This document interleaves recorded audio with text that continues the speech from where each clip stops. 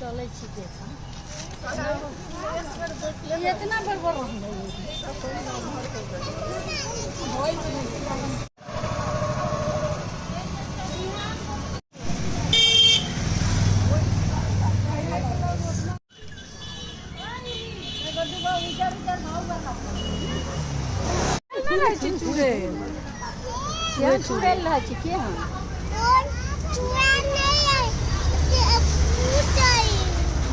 बड़ डांस कर दो तंगा डांस कर दो अपन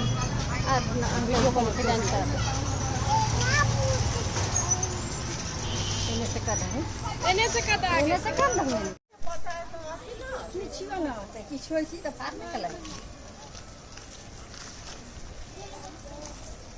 ले जाऊंगा इतना तो पत्थर पर 2 बार गिर लई है वो गिरा देला मामा हम एक बार ऊपर देखिए होने से गिरना है दीदी ना ना पत्थर क्यों ना गिरा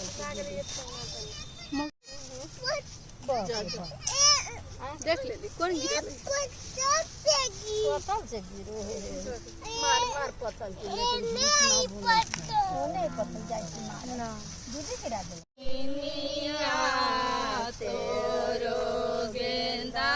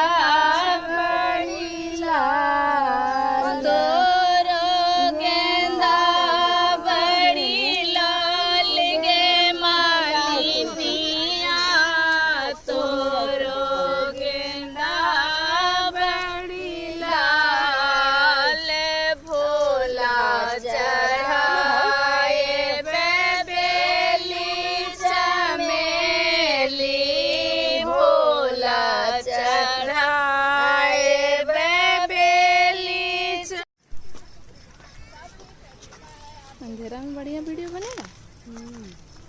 सब बड़ा के फोटो लिया ना लेला या थी ना है कथी ग्राफर है ऊपर देखना ऊपर यूट्यूबर है।